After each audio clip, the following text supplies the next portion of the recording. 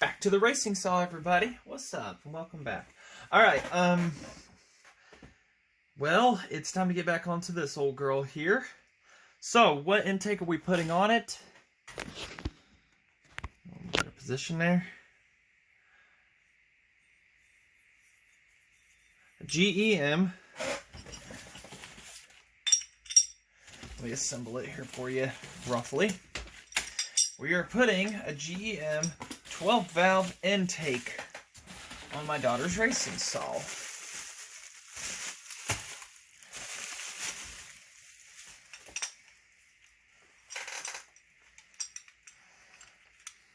That big boy. So, what are we going to have to do to adapt this? A lot of good questions. Let's see, it goes like that on there. So, what we're going to have to do to fit that onto there is what our goal is today. And we're going to have to cut out a big portion of this, see what holes line up, what doesn't. Oh, it's also got an air filter adapter that goes on top too. So, that is the goal, and it looks like it's going to be pretty straightforward. Just how to cut, how much to cut is what we're doing. So, what to observe here.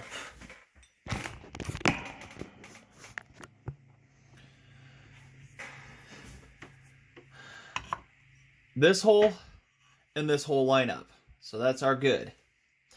This hole here lines up with this one, but because that's up higher, we're going to have to cut straight across. And we're going to drill, and this is a tapped hole here, so screw there, and that'll screw directly in the block, and that'll be 2 screw holes right there. So we got to hack this front part off and probably back down into here also. Yeah, we're going to have to clearance for this. And this assembly is going to sit on top of this one, and it will have a space back here, a little space and everything. So this whole assembly just be raised up slightly. A little better to put your foot in there for starting. So that is what we're going to have to do. And I'm going to tell you, when I say hack, I mean it's probably going to be a hack job. But I'm going to be eyeballing what I can. And then we're just going to kind of say cut yay amount. So we probably get the digital caliper out here, wherever I put it. There's one. That's my new one. Where's my other one at? Oh, there it is. So, kind of just go from hole to hole and everything, and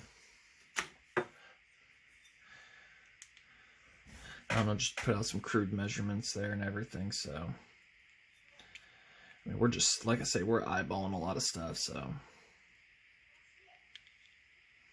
between that and that front part there, you know, for clearancing, we're looking at about the width of a screw head, kind of, sort of clearance. And then we'll just move it on over, and we'll just go around that and everything, and as much support as we can, hold down points and everything. So we'll measure that out and everything from front to front, and then we will get in here, we'll cut it roughly, and then we will come back and, you know, touch up everything until we get this to sit on this block as so. I had 2 choices on these lower intakes too. I was able to get the smooth one or the one that recesses down inside for better compression of components. And this one looks like it was slightly modified for better flow into it, and I opted up for this one. So let's go figure out how we're going to cut that, whether we drill it off or, you know, take the cutting saw to it and everything, and I just don't know how we're going to do it, so let's just get it off of this, shall we? Alright, I had a theory as to why the block has these cutouts in the walls here, and it was a pretty good theory. To allow better flow into the cylinder. So that tells me this was originally running a 12-valve intake, the last person who had it.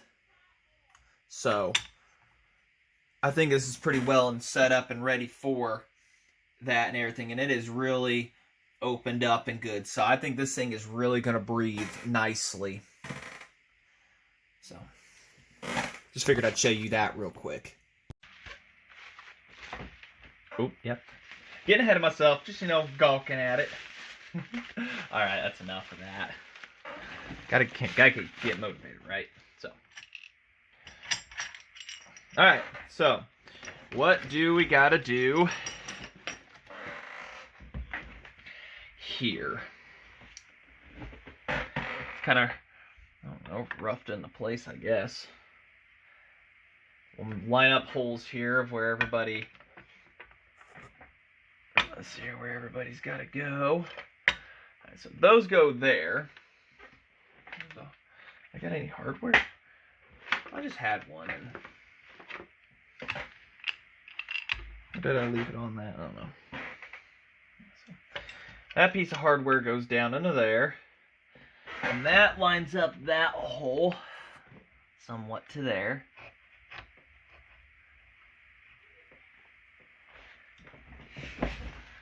So, really need a longer screw. Do I have any 7-mile long screws? And then we're just going to mark on each side.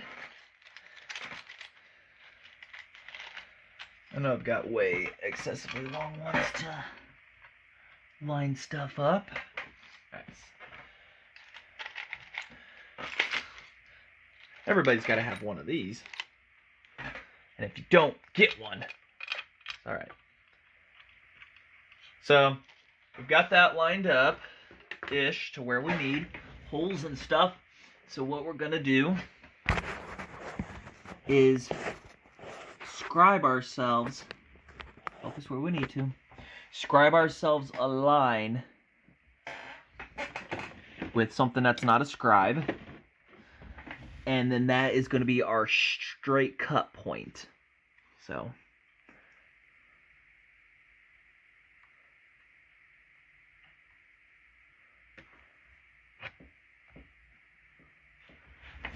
also should put this rear one through, I guess, too, just to have a few points of alignment. And of course, I put the nut on it. There we go. Well, just to make sure it's going to line up and be happy. Oh, hold on, let's get rid of this front one. We might have to wallow out some holes or something here.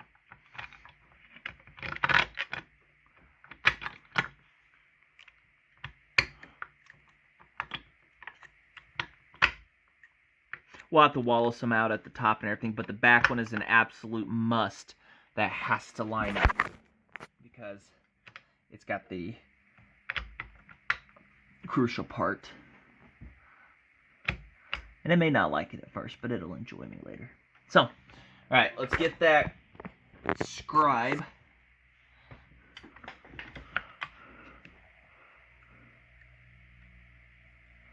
And just scribe it right in the dirt.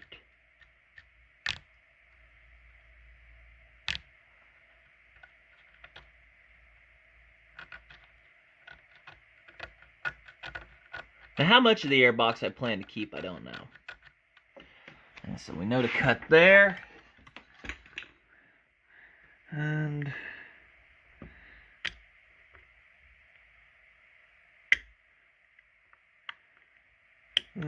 kind of cut right there. Terrible, but it's there. Alright, so that is our... So, from that point I've marked. Why does this thing not focus where I want it?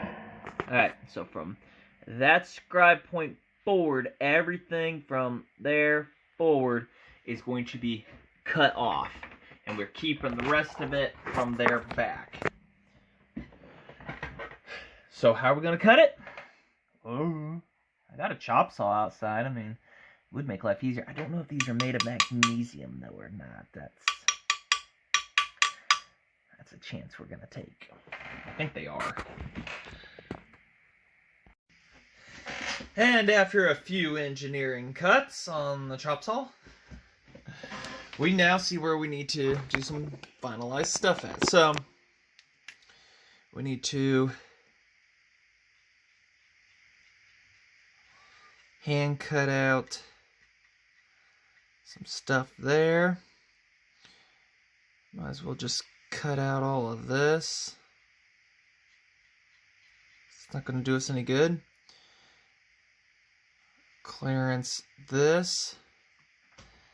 And then just trim this to fit. And last second, I decided, I'm like, wait, I gotta have I'm putting a manual override oiler, which we still have to drill for the rod on this, and I'll have to rebend the rod and stuff. Or whatever.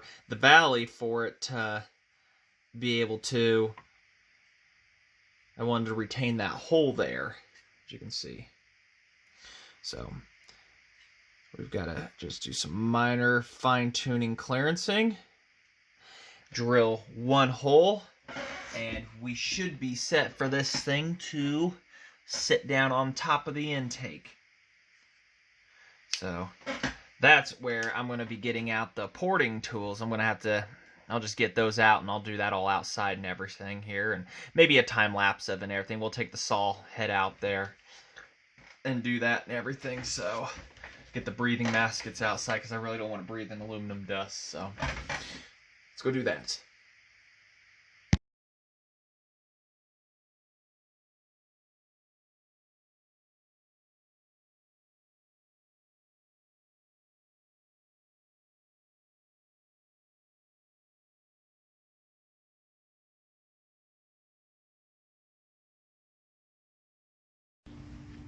And after a nice little hyperlapse, we'll have to wallow out a hole. You see, I was really trimming off pretty thin on this, so I had to take off a little bit of the intake. But other than that, the intake holes have lined up. Then whole entire top. And we'll space this up to flatten it out. So we'll have to, oh my bad. Have to space it up there just a little bit to flatten her out there. I think so. Alright. Let's get stuff cleaned up. Back in the house, shall we? Everybody wants to build a racing saw until it's time to do racing saw stuff. Just for future reference, I have not looked at that hyperlapse, so I have no idea what's going on. Alright, so intake there.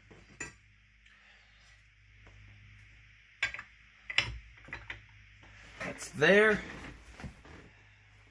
Screw for it. I have no idea. Thankfully, it's the exact same as this one. Sorta. Figured out. Alright, so we've got pretty much just today's goal was to, hopefully I didn't, you know what, I bet I did, wallowed out too much of that area for that mounting hole, but that's what washers are for. We'll get it figured out.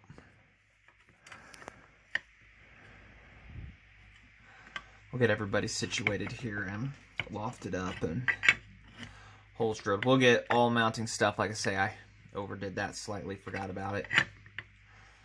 But we'll get her. Because you know as much as I do, these things will vibrate themselves apart. Alright, so there's that. We need, for all good looks,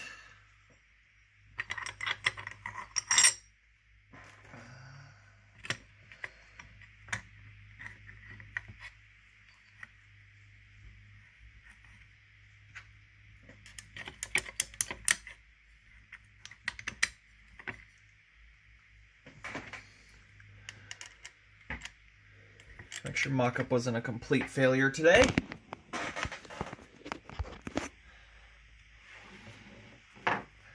I think we've got something I might be able to work with there. So, I said we'll figure out that other mounting hole. I kind of made a boo-boo on that one, but I'll get it figured out. Let's see, where's all the other parts at? Do it so we can get a look here. Also, I did just in case the round head doesn't. I bought this for the MC90, but there's a head right there that'll fit these, but I still want to use the machine head. I still want to try to prioritize and make that one the absolute one. I don't even know if I have a bolt that's long enough to even try to, just for looks, just to keep it in place there. There we go. And the flywheel, of course, that's another day of my life. I'm trying to get everything here. Hold on. Don't get impatient with me. And she has chosen her colors. What they are, I don't know if I want to say yet. So, all right, there it is. Another good mock-up look of the racing saw. I am still sourcing a rear shroud because I really want to try and run one just for cooling effects and everything. There, got 2 points on that. So that is what we are after right now. That's as far as I'm going to go today. Linkage is going to be just so much fun. But I got plenty of area right down in here if I have to connect anything and whatnot. So plenty of trigger space for now. Like I said, I really want to try to shroud to. But that's like I said, this is definitely a long-term project and everything. So I just want to thank you all for watching. You know, I know it's few and far between on these and everything, but this one's a good, decent, you know, slow-going year or two project, maybe sooner, who knows. And if I run an air filter or whatever, but here's also like a velocity stack thing or whatever for it. So, all right. I'll take you all out of that. So, just want to thank you all for watching, and we'll keep building on this one and plenty of other Macs.